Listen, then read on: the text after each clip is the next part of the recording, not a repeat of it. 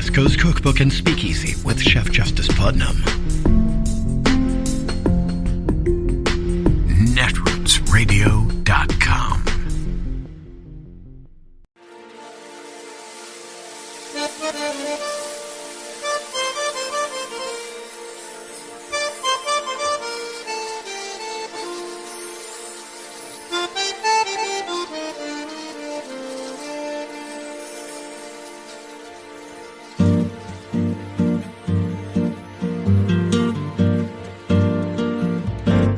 Je voudrais du soleil vert, des dentelles et des théères, des photos de bord de mer, dans mon jardin d'hiver.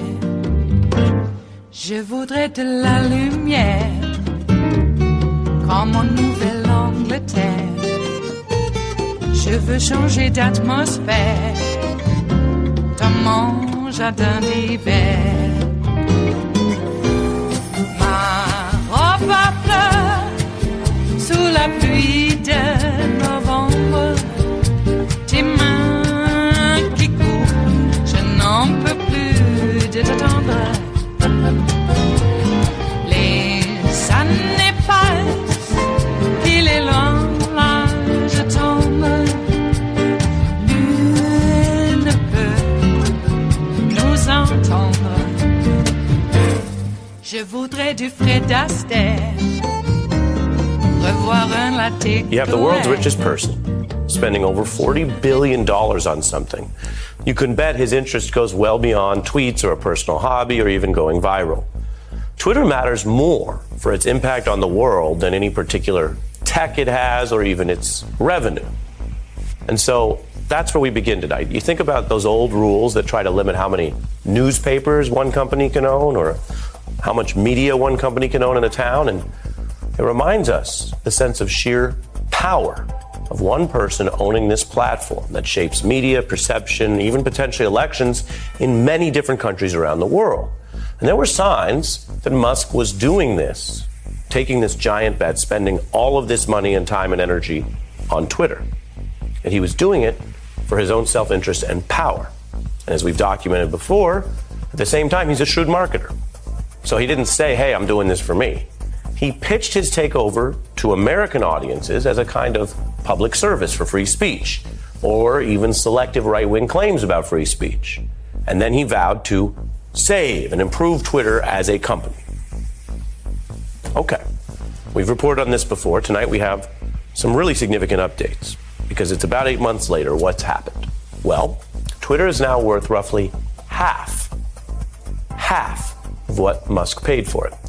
Traffic to the site, which is the bread and butter and lifeblood of any website or app, is tanking. And the accounts that do use the platform are posting less. Many of Musk's pledges have come up short. It's disappointing even the conservatives who had cheered the promise of Musk advancing free speech. I think it's very important for there to be an inclusive arena for free speech. It's just really important that people have both the reality and the perception that they're able to speak freely. For once, this isn't about power and money. Musk is doing it to save free speech. It's not an overstatement to say it could be the single most important development for free speech in the modern history of the United States. This is a guy who's made a lot of money. He's been very successful. Loves this country and the freedoms it affords. First thing he's going to do is establish free speech there. Okay, there was a lot of talk like that, as you saw from Musk and his fans, and we're just going to look at the record, because anyone is free to love America and free speech. And while Musk rushed to pick sides in American politics, he attacked Clinton, he buddied up to Ron DeSantis, he invited Trump back on Twitter, he fast-tracked a later collaboration with Tucker Carlson. That's all fine. Do what you want.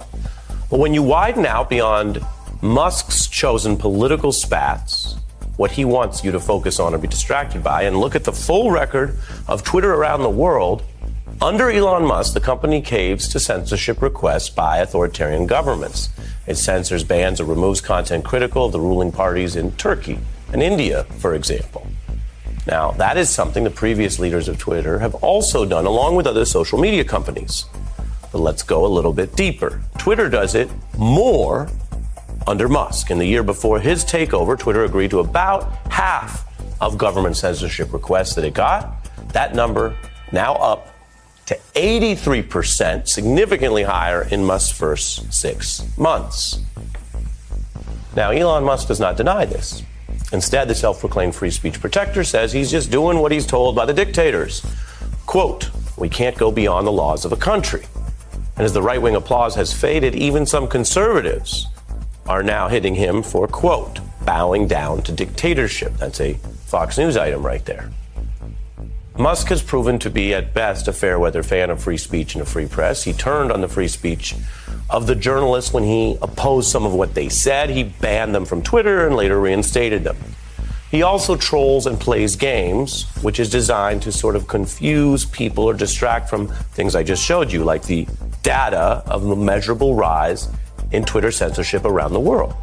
So, for example, he dived into a term that some progressives have used and tried to treat it as a kind of what he argued was hate speech or a slur. The Washington Post noting the self-proclaimed free speech absolutist declared the term cisgender to be a slur and threatened to suspend people who use the term on Twitter.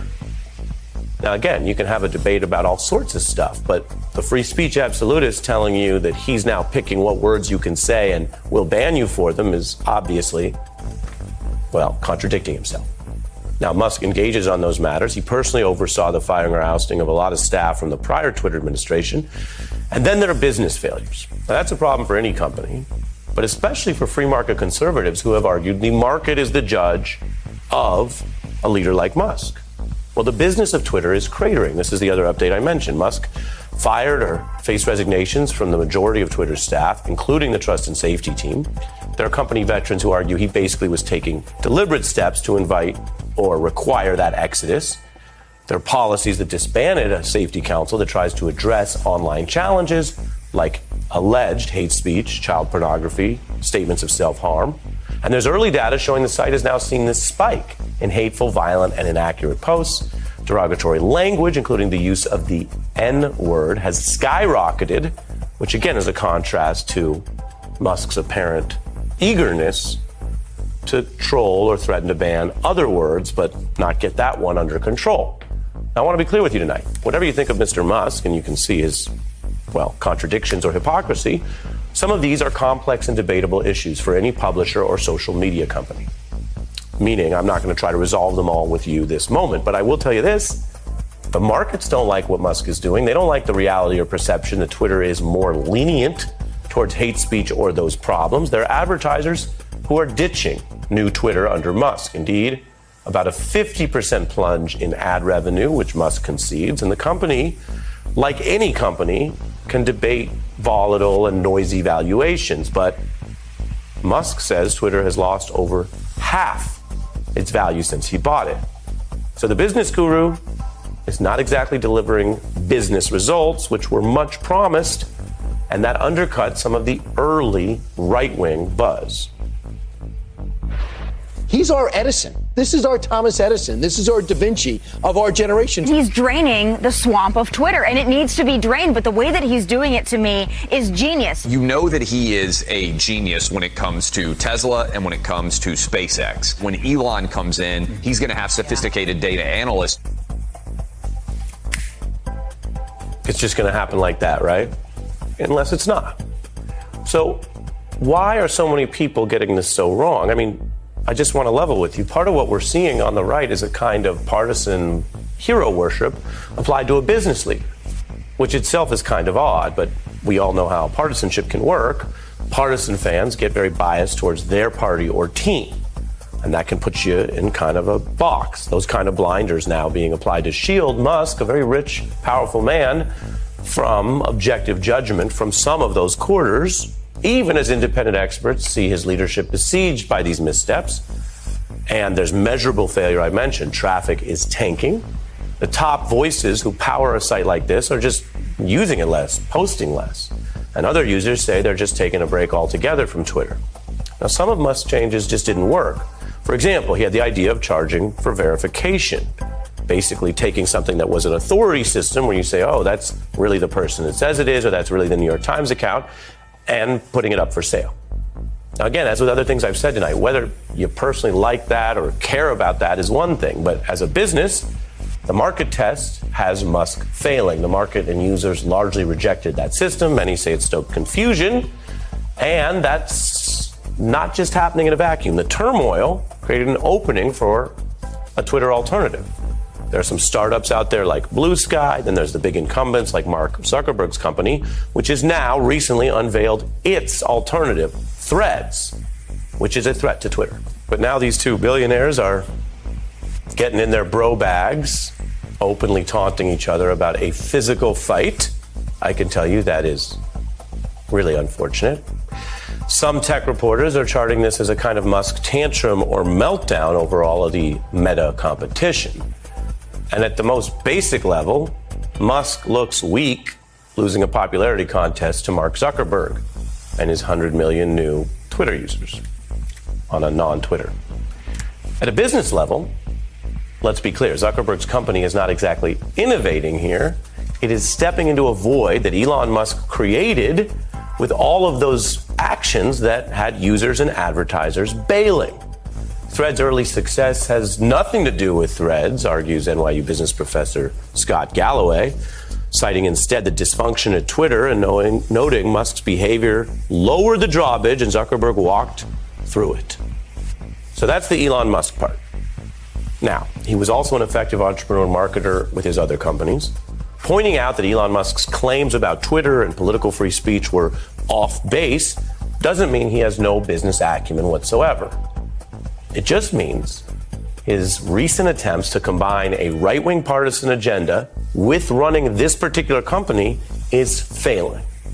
There are also some wider trends. So to be accurate or fair, there's the point that Twitter is still built on the old arcane follow-based social network where users manually seek out accounts they want to follow, like Facebook.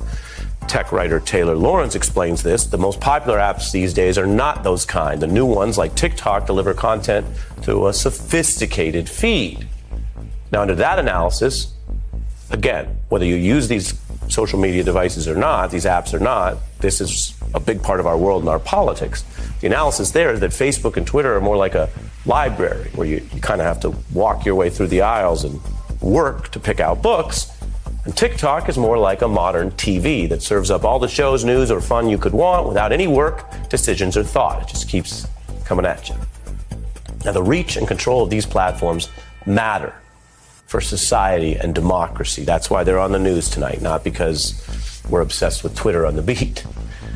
They matter to the new generation, to the young people, if you will.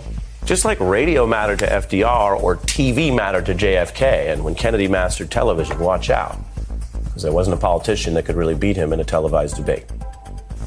That may be why so many Republicans thought a Musk Twitter would not only help them go viral or dunk on their enemies or post trolling content, but it might help them win elections. In an environment where you might have noticed Republicans have struggled to win national elections. So they gave Mr. Musk a lot of latitude over these last 8 months. And what's he done with it? I showed you tonight. He's squandered it, a lot of it, on a path that has hurt his own credibility, his politics, and yes, his own finances. It is Friday, the 21st of July of 2023, and you are in West Coast Cookbook and Speakeasy. I am your chef de cuisine, Justice Putnam. Gunner, the English Bulldog, is our snoozing sous chef.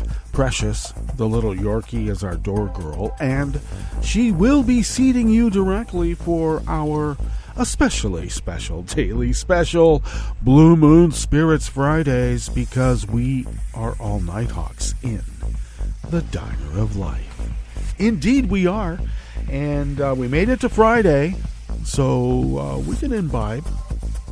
You can imbibe any day of the week if you choose, but I don't know, Friday seems especially special, doesn't it?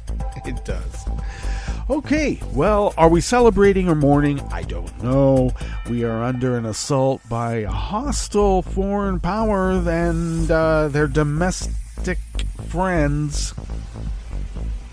And the sooner we accept that, the sooner we can make sure that it doesn't happen.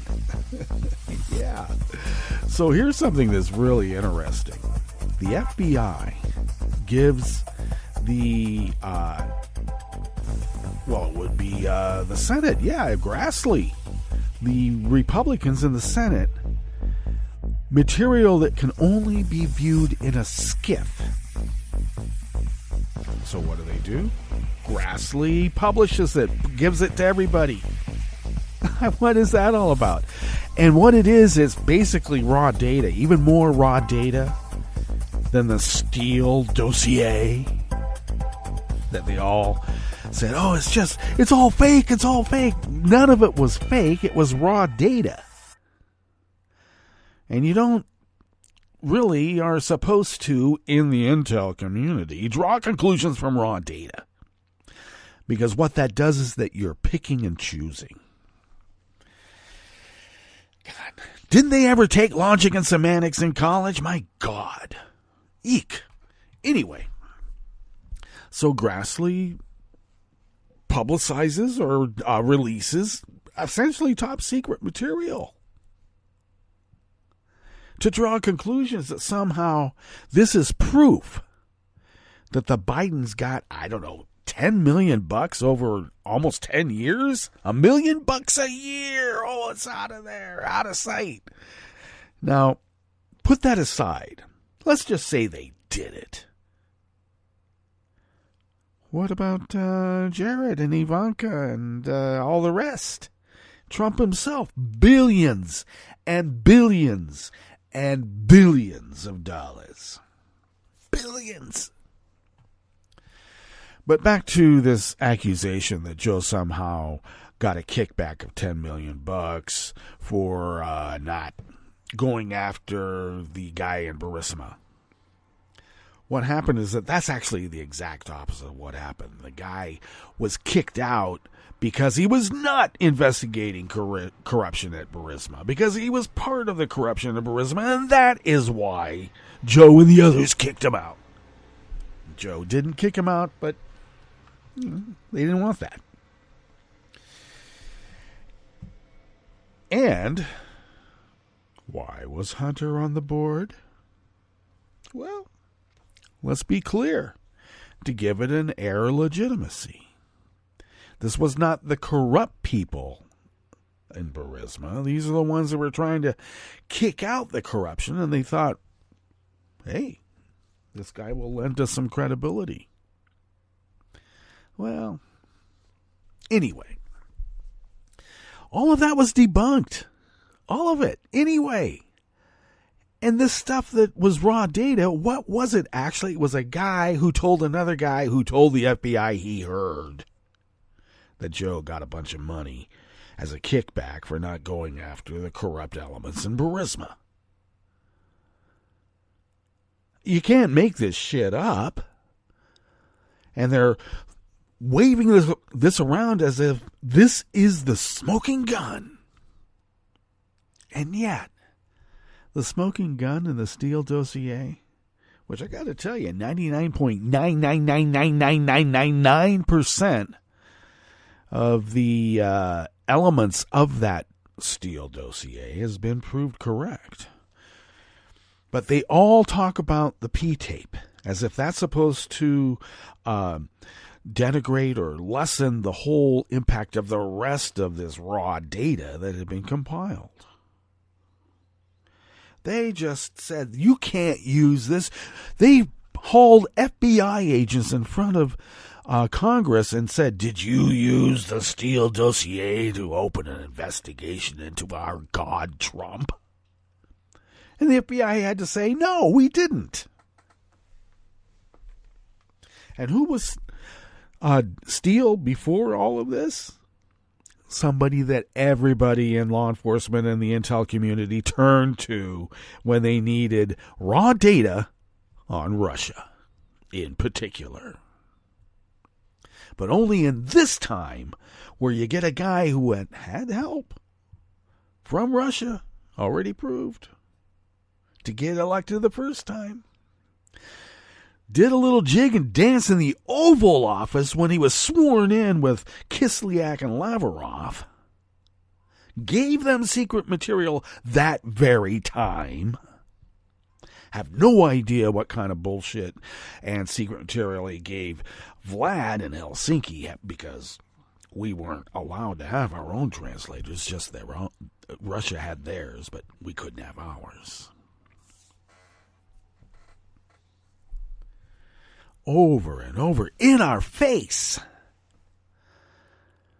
I'm breaking the law. I am not going to let Muslims come into this country. I'm breaking the law. I'm in your face. I can do anything I want. I'm separating kids from their parents at the border. And then we're going to put them in icebox baby gulags. And then, I don't know, conveniently lose them. And where do they show up? Years later, working child labor in meatpacking plants, getting pulled into machinery and dying.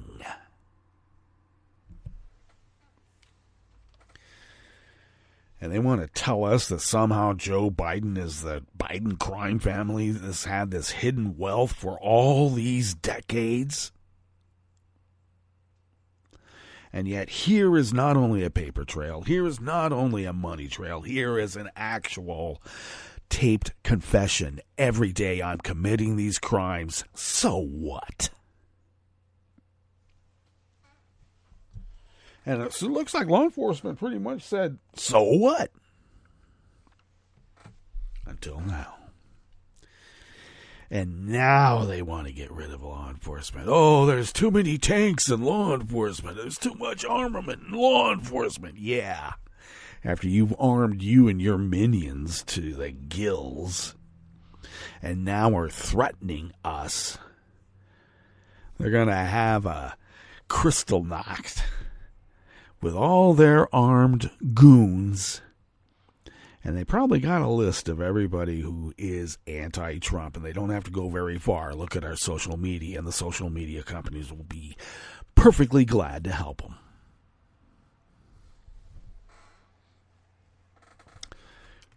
It's not government asking us this. Not this time.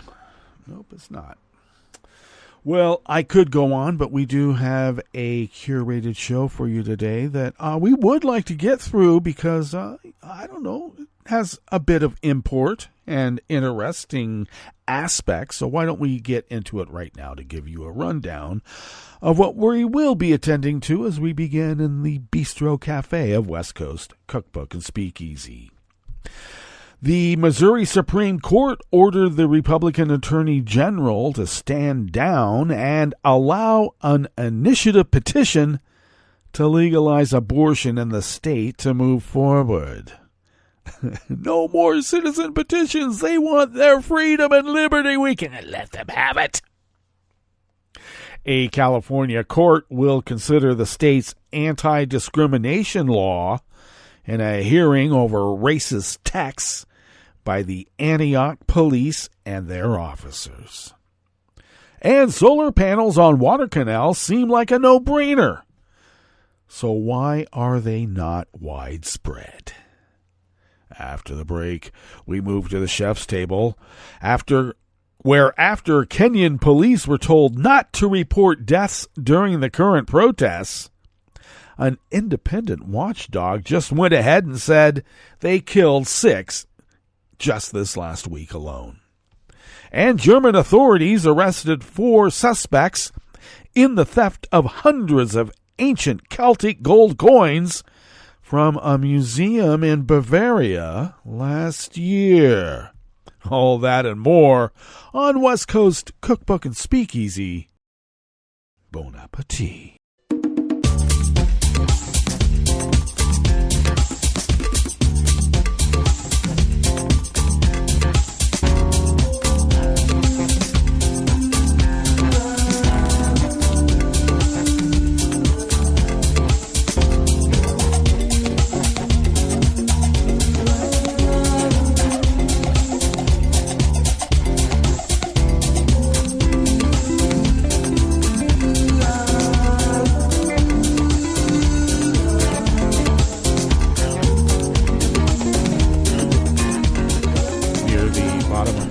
page at netrootsradio.com. To the right of the page is the chat room link, monitored by Kelly Lincoln. Thank you, Kelly. Across the page from that chat room link, near the bottom of our homepage at netrootsradio.com, is the link to our Patreon page. And do please become a recurring Patreon of Netroots Radio. It really does help us pay our bills. Please help. Please. If you would like to follow Netroots Radio on Twitter, you can do so at Netroots Radio. Tom takes care of that. Thank you, Tom. Follow me on Twitter, Mastodon, and Spoutable. I should back up and mention that you can find Netroots Radio on Twitter, Mastodon, and Spoutable at Netroots Radio. You can also find me on Twitter, Mastodon, and Spoutable at Justice Putnam. I post the show notes and links diary on Daily Co's automatically. I put it in queue, and I let the AI take it over. Oh, my God. But anyway, it automatically posts 10 minutes before showtime, and that is where the real reportage is. So you can find the links and show notes diary by following me on social media at Twitter, Mastodon, and Spoutable at Justice Putnam. Do it. Follow the show on Twitter at Cookbook West, and please do pick up podcasts by way of Spreaker, not Stitcher, iTunes, iHeart, YouTube, wherever podcasts can be found. Find it. We're there. Okay, this first offering here in the Bistro Cafe of West Coast Cookbook and Speakeasy is by Summer Ballantine, or is it Ballantine, from the Associated Press.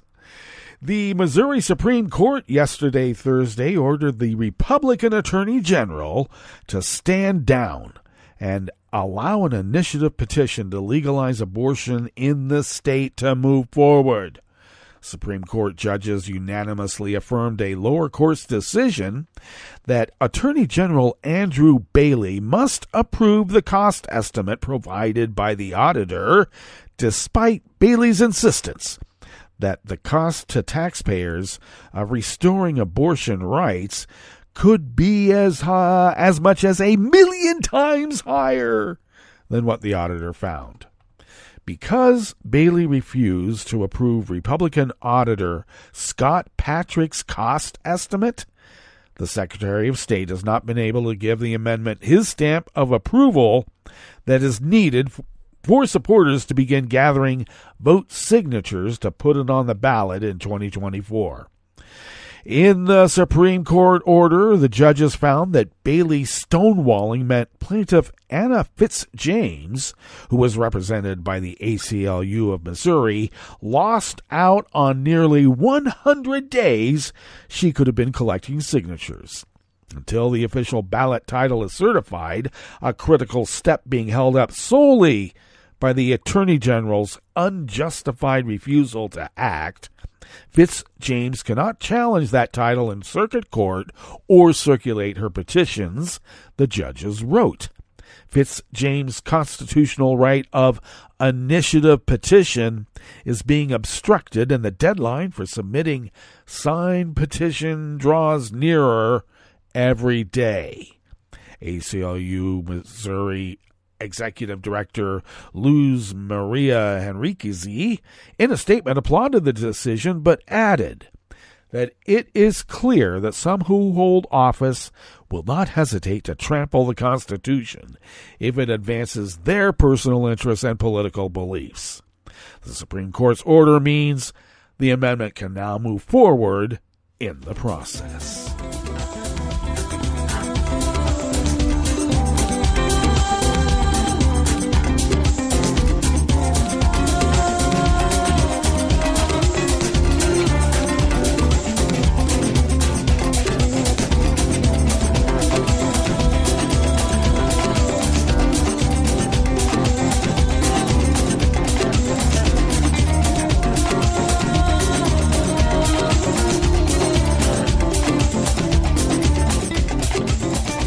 Janie Har of the Associated Press brings us this next offering here in the Bistro Cafe of West Coast Cookbook and Speakeasy, Blue Moon Spirits Fridays.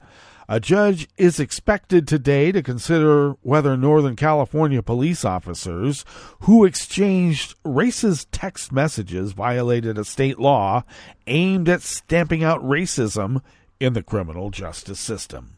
A group of Antioch Police Department officers have been asked to testify in a San Francisco Bay Area courtroom on heavily redacted text messages made public in April by the Contra Costa County District Attorney's Office that also used derogatory, homophobic, and sexually explicit language, with officers bragging about falsifying evidence and beating up suspects.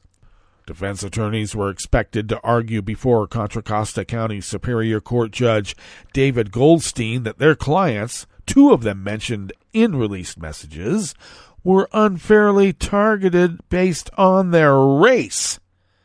The state's Racial Justice Act prohibits the state from pursuing or securing criminal convictions or sentences on the basis of race, ethnicity, or national origin. Goldstein threw out gang charges against all four defendants in May after historical data showed county prosecutors disproportionately targeted black people with enhancements leading to longer sentences. 5 of the subpoenaed officers who traded texts are not expected to attend today because they are injured or out on leave. The news outlet East Bay Times reported they had obtained declarations signed by Antioch Police Chief Stephen Ford, swearing the officers have not been cleared by their doctors to attend the court hearing. Ford, who is black, also received a subpoena and announced 2 days ago he would retire next month. He leaves after only a year serving as interim and permanent police chief. Ford did not give a reason for his retirement and did not respond to emails requesting an interview.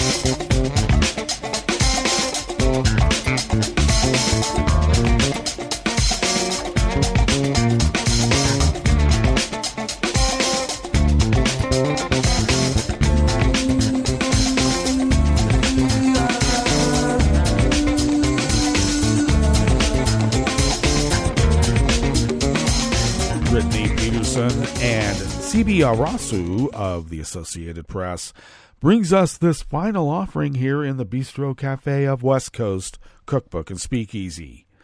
Back in 2015, California's dry earth was crunching under a 4th year of drought. Then Governor Jerry Brown ordered an unprecedented 25% reduction in home water use. Farmers who use the most water volunteered too to avoid deeper mandatory cuts. Brown also set a goal for the state to get half its energy from renewable sources with climate change bearing down. Yet when Jordan Harris and Robin Raj went knocking on doors with an idea that addresses both water loss and climate pollution, installing solar panels over irrigation canals, they could not get anyone to commit. Fast forward 8 years, with devastating heat, record-breaking wildfires, looming crisis on the Colorado River, a growing commitment to fighting climate change, and a little bit of movement building, their company, Solar Aquagrid, is preparing to break ground on the first solar-covered canal project in the United States. All of these coming together at this moment, Harris said. Is there a more pressing issue that we could apply our time to? Now, the idea is simple. Install solar panels over canals in sunny, water-scarce regions where they reduce evaporation and make electricity. A study by the University of California at Merced gives a boost to the idea, estimating that 63 billion gallons of water could be saved by covering California's 4,000 miles of canals with solar panels that could also generate 13 gigawatts of power. That's enough for the entire city of Los Angeles from January through early October. But that's an estimate. Neither it nor the potential benefits have been tested scientifically, but that's about to change with Project Nexus in California's Central Valley. Let's have you read the rest of that article on your own. The links are provided at the show notes and links diary. This is something that's just, it's so obvious. Let's do it. So I guess they're going to test it out, so they will. Sounds a lot better than some sort of weird hyper tunnel that Musk got a bunch of money for and never built. All right, let's get to our break. And when we get back from that break, we will go through weather from around the world. And we will finish up with the stories that we have curated for you today. You are listening to West Coast Cookbook and Speakeasy, and we will be right back. You are listening to netrootsradio.com. Please hang up and try again.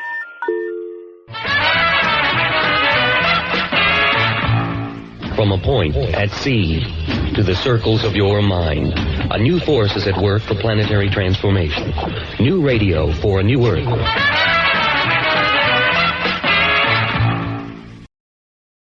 This is Take Two Movie Review. I'm Kim Lowe. This week, strap in for a raunchy ride. While the formula for Joyride is familiar, a buddy road trip comedy featuring a group of mismatched friends, Joyride is still a first. A mainstream comedy written, directed, and starring Asian American women. Featuring Ashley Park, best known for her work as Emily in Paris, Joyride is about a Type A attorney who's visiting China for the first time after being adopted as a baby by a white couple in the Pacific Northwest. Park's character Audrey is going to her native land to close a business deal for her law firm that could make or break her career. Since her Mandarin is practically non-existent, she brings along her slackerish, artist best friend Lolo to be her interpreter, along with Lolo's tag-along cousin Deadeye. Upon arrival in China, the trio meets up with Audrey's former college roommate Kat, played by Oscar nominee Stephanie Chu. Hijinks then ensue with the quartet's adventures going well beyond Audrey's attempts to close the deal.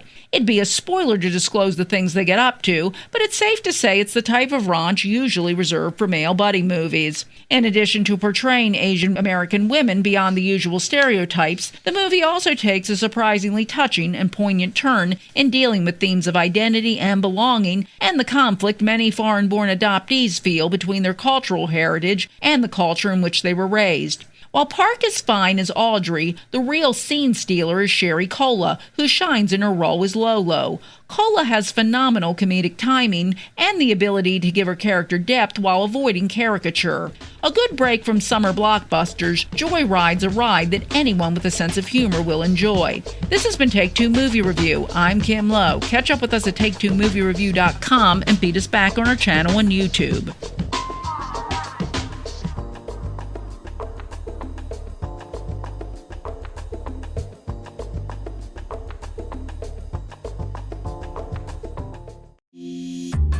This program is presented by the Centers for Disease Control and Prevention.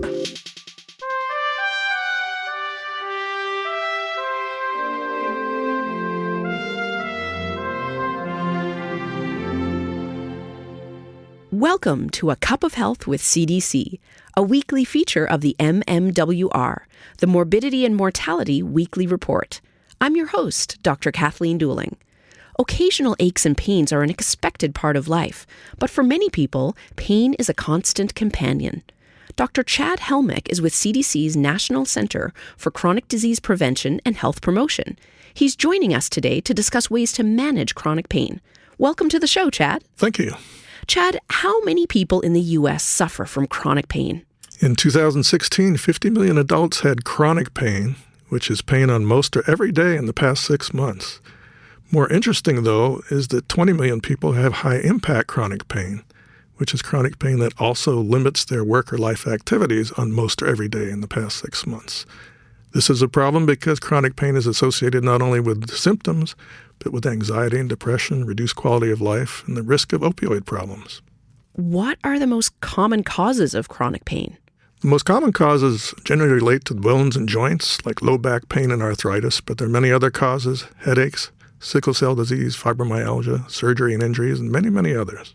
Is chronic pain more common in any particular group of people? Yes, it occurs at all ages, but it's more common in older middle-aged adults and in the oldest 85 and older. It's also more common in women, poor people, and those who live in rural areas.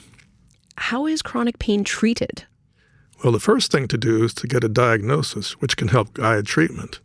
But the thinking about chronic pain now is that it becomes a chronic disease by itself, regardless of the cause, and that can cause significant problems. The real goal in management is to have a manageable level of pain, not to get rid of all pain. There are several steps that can be taken, and these are sometimes difficult to do because of barriers to access. But it makes sense to do the simplest and safest things first. And these are non-drug steps. Things like physical activity. Walking is perfectly good to help reduce pain. Also, self-management education can give you some confidence in managing chronic pain when you're on your own. There's also physical therapy, occupational therapy, psychological therapy, better sleep, which usually means less alcohol, and seeing a chiropractor or getting biofeedback and massage. If that's not enough, non-opioid drugs like Tylenol or Motrin and Advil or naproxen or Aleve can help. If those don't work, then it's time to consider something stronger. Sometimes that's opioids, but there's not great evidence that opioids are good for long-term pain in most people. Do you have any advice for people suffering from chronic pain? Well, it's important to work with a variety of providers who are working together to help you. The goal, again, is manageable pain so you can live a productive life. This can include physical therapy, most people can walk, to treat any underlying depression or anxiety, and to avoid further injuries. Finally, the National Pain Strategy is laying out a strategic roadmap to improve pain management system in this country. Where can listeners get more information about managing chronic pain? Listeners can go to the NIH website, nih.gov, and type in National Pain Strategy. Thanks, Chad. I've been talking today with Dr. Chad Helmick about ways to manage chronic pain. If you're experiencing daily pain, talk with your healthcare provider to ensure you have the correct diagnosis and know how to manage your condition. Until next time, be well. This is Dr. Kathleen Dooling for A Cup of Health with CDC. For the most accurate health information, visit cdc.gov or call 1-800-CDC-INFO. This program is presented by the Centers for Disease Control and Prevention. Arthritis is common among veterans. Traumatic and overuse injuries during active duty are risk factors for developing arthritis. Fortunately, there are low-cost or no-cost strategies that can help veterans manage arthritis. Physical activity can reduce pain and improve function. It can also help improve mood and play a role in managing other chronic conditions, such as heart disease, diabetes, and obesity. You can do low-impact activities, such as walking, biking, swimming, and water aerobics, all good forms of exercise. Arthritis-specific classes can help you get started. Information on classes, exercise programs, and tools are available at cdc.gov/arthritis. These resources can help reduce pain and improve function. Learning self-management techniques can help all veterans become more active, improve their overall quality of life, and thrive. For the most accurate health information, visit cdc.gov or call 1-800-CDC-INFO. This program is presented by the Centers for Disease Control and Prevention. Pools, water parks, and other recreational water venues are popular places to relax and stay cool, but they can be sources of serious illness. Since 2000, nearly 500 outbreaks have been reported at recreational water venues in the U.S., resulting in over 27,000 illnesses and 8 deaths. Most were caused by parasites, bacteria, viruses, or certain chemicals in the water. Parents with young children who have diarrhea should not allow their children to swim or play in the water. In addition, bathers should check the inspection scores of pools and water parks and can conduct mini inspections using test strips before getting in the water. A few simple precautions can allow you to share the fun, not the germs. Thank you for joining us on A Minute of Health with CDC. For the most accurate health information, visit cdc.gov or call 1-800-CDC-INFO. This is a message from CDC. After hurricanes, tornadoes, and floods, standing water and excess moisture help mold grow in your home, garage, and other structures. When you return to a home that has been flooded, know that you're likely to have mold. Mold puts your family's health at risk. If you have mold growing in your home, you should clean it up and fix other water problems, such as leaks in roofs, walls, or plumbing. Keep your children and pets out of affected areas until you've cleaned. Control moisture in your home to prevent mold growth. To remove mold growth from hard surfaces, use commercial products, soap and water, or a bleach solution of no more than 1 cup of household laundry bleach in 1 gallon of water. Follow the manufacturer's instructions. Never mix bleach with ammonia or other household cleaners. It will produce dangerous, toxic fumes. Open windows and doors to provide fresh air. For more information, visit cdc.gov or call 1-800-CDC-INFO. If you came across someone struggling with hunger, how would you recognize them? By their clothes, their age, the way they speak? Would you notice an 8-year-old girl who's not excited for summer break because she may not be having lunch again until September? Or a single father of 2 who works 3 part-time jobs and still can't put enough food on the table? Or maybe a mother who cleans offices at night, hoping to find meeting leftovers to take home to her hungry family. Or a war veteran who's having a hard time landing a job and getting back on his feet. I am the 1 in 8 Americans who struggle with hunger. People you pass by every day but never knew were hungry. I am hunger in America. Hunger can be hard to recognize. Learn why at IamHungerInAmerica.org. Brought to you by Feeding America, 200 Food Banks Strong, and the Ad Council. Hi, I'm Tom Hartman, and since you're listening to netrootsradio.com, show your progressive side and go to the donate button on the bottom of the homepage. It's progressives like you who power Netroots Radio and keep the progressive message beaming everywhere 24 hours a day. Just go to our donate button at the bottom of netrootsradio.com. Thank you for keeping progressive radio at full power.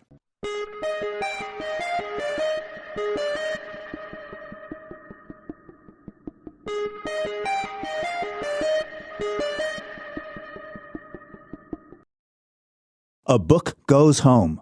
I'm Bill Newman, and this is the Civil Liberties Minute.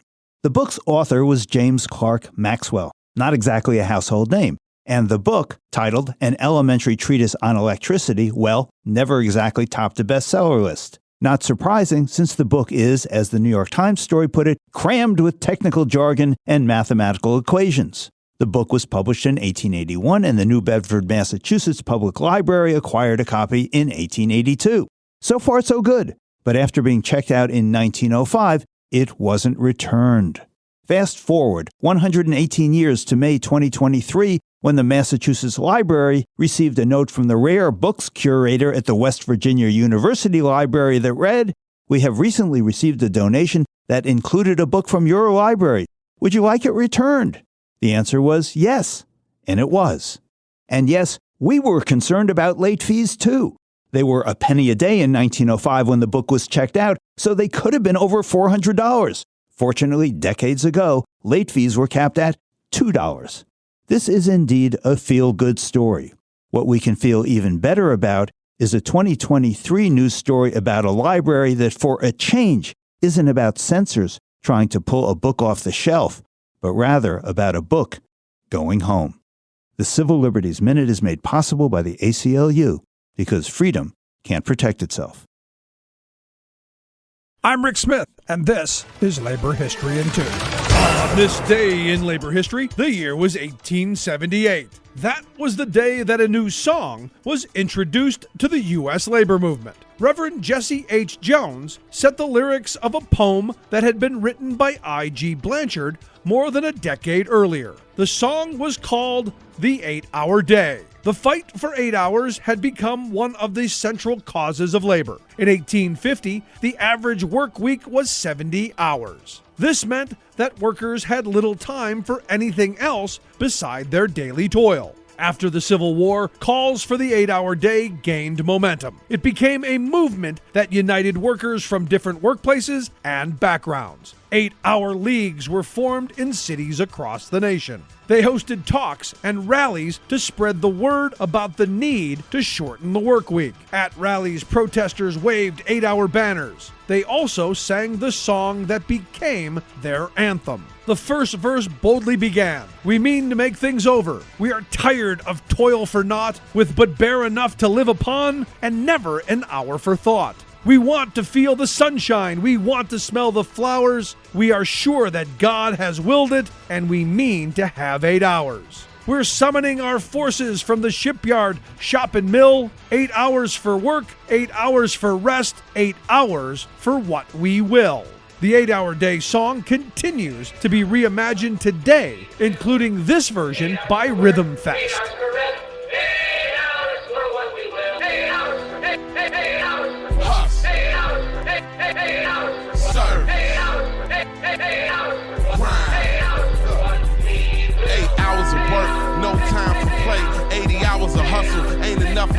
Labor History in 2 brought to you by the Illinois Labor History Society and The Rick Smith Show.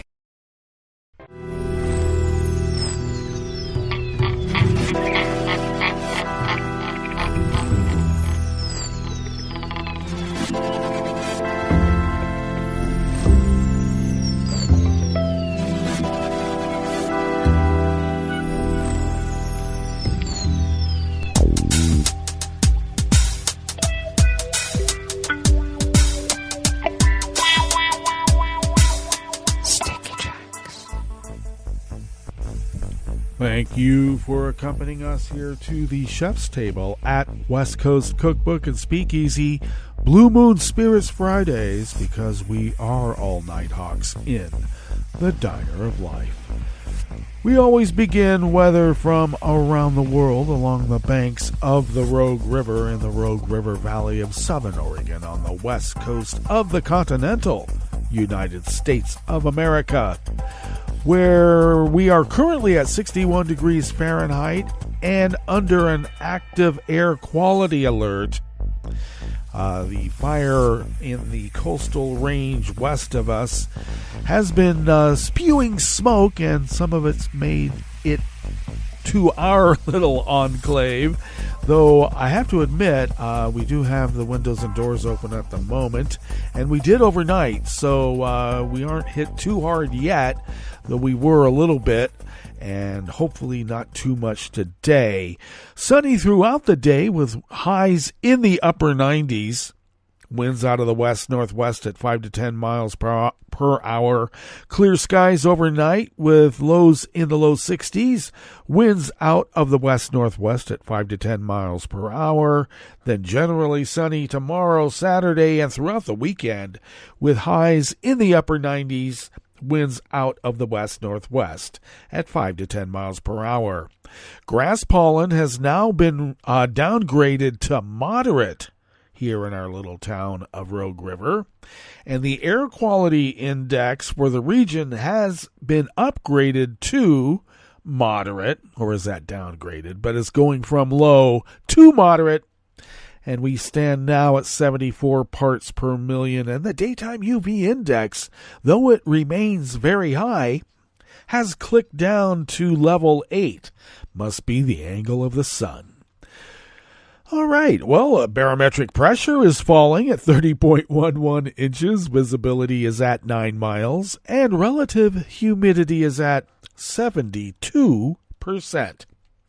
Weather from around the world is brought to you by a crowd of crowdsourced weather stations that a crowd crowdsources from around the world, and that is the Weather Underground. London is 68 degrees and cloudy. Paris is 75 and sunny. Rome is 96 and sunny, and they continue with a heat advisory. Kyiv is 78 and partly cloudy. Kabul is 80 degrees and clear. Hong Kong is 86 and fair. Tokyo is 78 and mostly cloudy.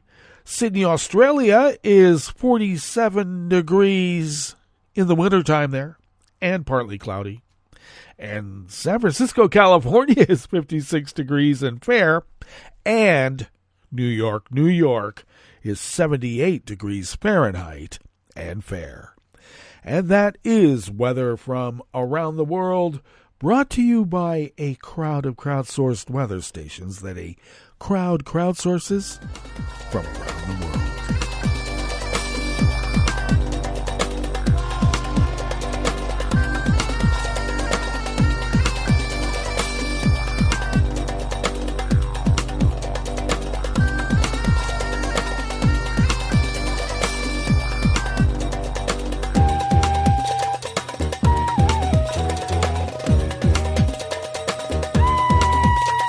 Kara Anna of the Associated Press brings us this first amuse-bouche here at the Chef's Table at West Coast Cookbook and Speakeasy Blue Moon Spirits Fridays.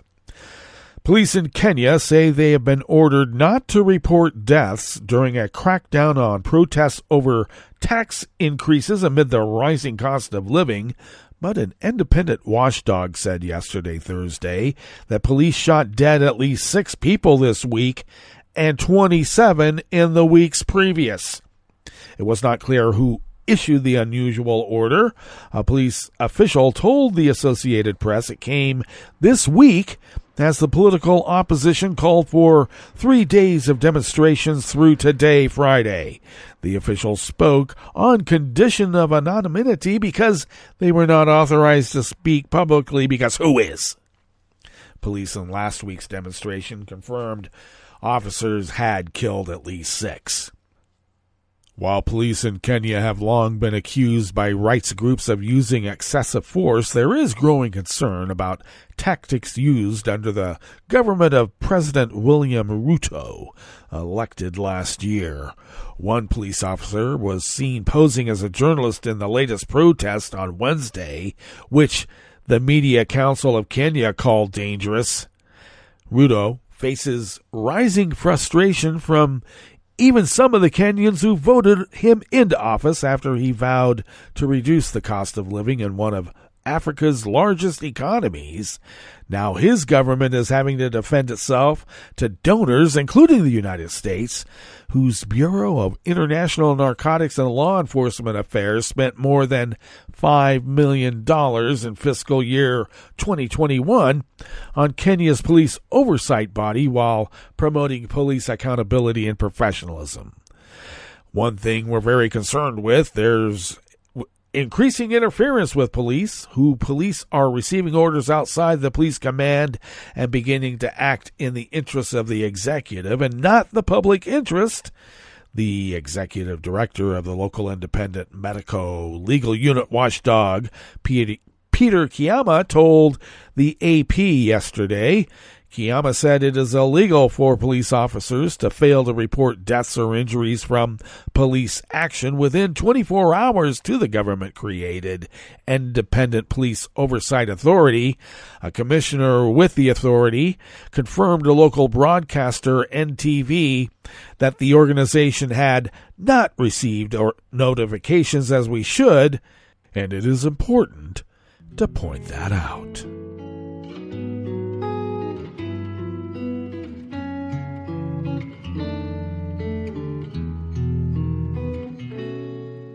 Je te donne ce mon amour pour la vie entière. La promesse de me trouver à tes genoux. Aussitôt que tu m'appelles, rester toujours fidèle. C'est tout, c'est tout. Je te donne tous mes printemps, mes étés de mer. Mes automnes, quand les feuilles tombent partout. Si ce n'est pas une bonne affaire, je te donne tous mes hivers.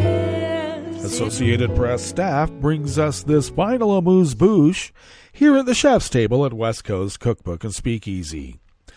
German authorities said that they have arrested 4 suspects in the theft of hundreds of ancient gold coins from a museum in Bavaria last year. Thieves broke into the Celtic and Roman Museum in Manching and took 483 Celtic coins that were discovered during an archaeological dig nearby in 1999. The coins dated to around 100 BC. The regional interior minister said in a statement that the operation was an outstanding investigative success and that professional thieves were arrested. Well, that brings us to the end of our broadcast period for the day and the week. But you do know Netroots Radio broadcasts on. And we will meet up here on Monday, right after David Waldman's K-Grow in the Morning. He will be returning, so stay tuned. And we'll be here for River City Hash Mondays. So do stay tuned to Netroots Radio all day and all night and all weekend for all the breaking news as it breaks. And we will meet up here on Monday, right here in West Coast Cookbook and Speakeasy. Bon appetit.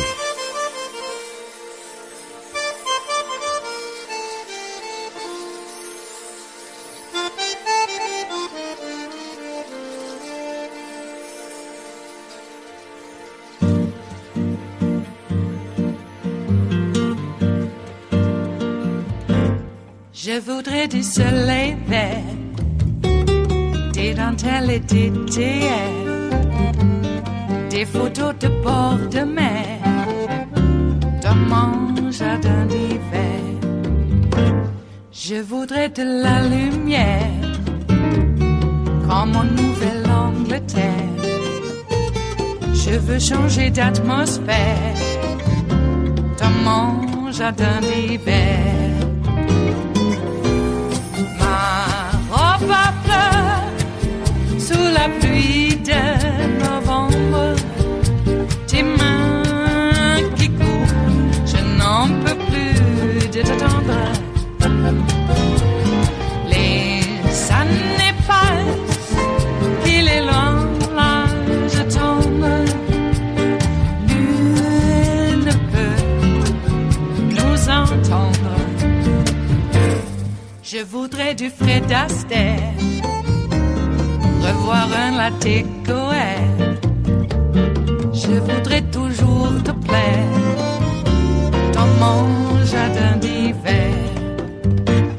Je veux déjeuner par terre, comme au long de golfe clair, t'embrasser les yeux ouverts dans mon jardin d'hiver.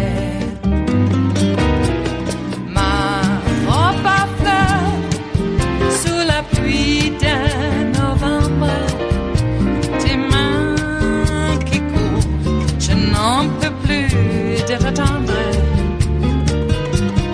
Les années passent, il est loin, là je tombe.